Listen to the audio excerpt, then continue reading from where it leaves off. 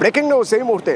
কয়লা পাচার মামলায় দুজন গ্রেপ্তার। এনফোর্সমেন্ট ডিরেক্টরেট যে দুজনকে গ্রেপ্তার করেছে তাদের নাম কিরণ খাঁ এবং চিন্ময় মণ্ডল। কেন তাদের গ্রেপ্তার করা হলো, অভিযোগ কি তাদের বিরুদ্ধে, জানবো। আমার সঙ্গে রৌনক রয়েছেন ফোনে। রৌনক, দেখো, ইতিমধ্যে ইডি সূত্রে জানা যাচ্ছে গ্রেপ্তার হওয়া কিরণ খা এবং চিন্ময় মণ্ডল তারা আদতে কয়লা মাফিয়া ছিল এবং এই কয়লা দুর্নীতি মামলায় প্রায় 150 কোটি টাকার ওপরে বেআইনি আর্থিক লেনদেনের প্রমাণ পেয়েছে ইডি। এবং আজকে তাদের যখন আদালতে তোলা হয়, ইডির আইনজীবীর তরফ থেকে বলা হয় যে এই দুজন ধৃত কয়লা পাচারের সিন্ডিকেট তৈরি করে ট্যাক্স তুলতো এবং তাদের এই যে চক্র আসানসোল এবং দুর্গাপুর এলাকায় সক্রিয় ছিল।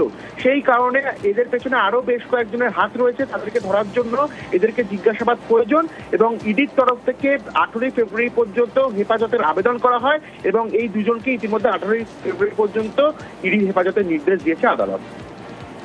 ধন্যবাদ।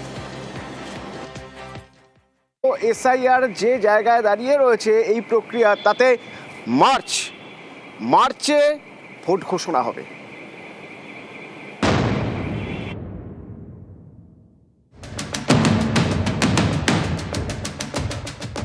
ভোটের দিন কবে ঘোষণা করবে নির্বাচন কমিশন, কবে হবে ভোট, এই সব প্রশ্ন ঘিরে জোর জল্পনা।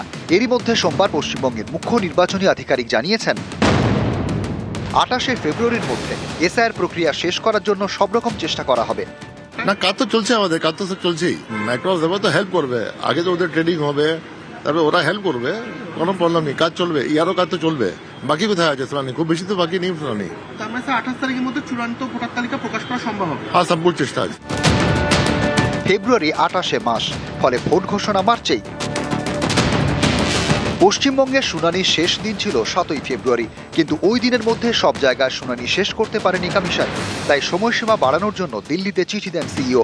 এরই মধ্যে সোমবার সুপ্রিম কোর্টে মমতা বন্দ্যোপাধ্যায়ের করা মামলার শুনানি হয়। শুনানিতে স্ক্রুটিনির জন্য ন্যূনতম আরও 7 দিন সময় দিয়েছে শীর্ষ আদালত, অর্থাৎ চূড়ান্ত ভোটার তালিকা প্রকাশ করার দিনও পিছোচ্ছে।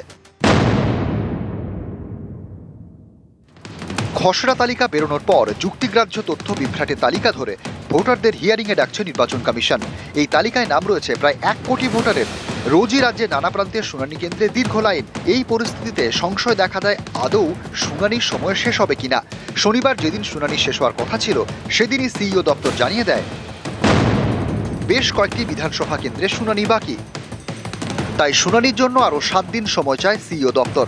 এই শুনানির সময়সীমা পিছলে অন্যান্য সব ডেডলাইনও পিছবে।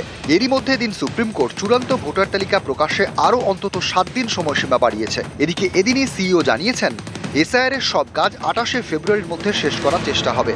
এতেই স্পষ্ট পশ্চিমবঙ্গে বিধানসভা ভোটের ঘোষণা হবে মার্চে। নিউজ 18 বাংলা।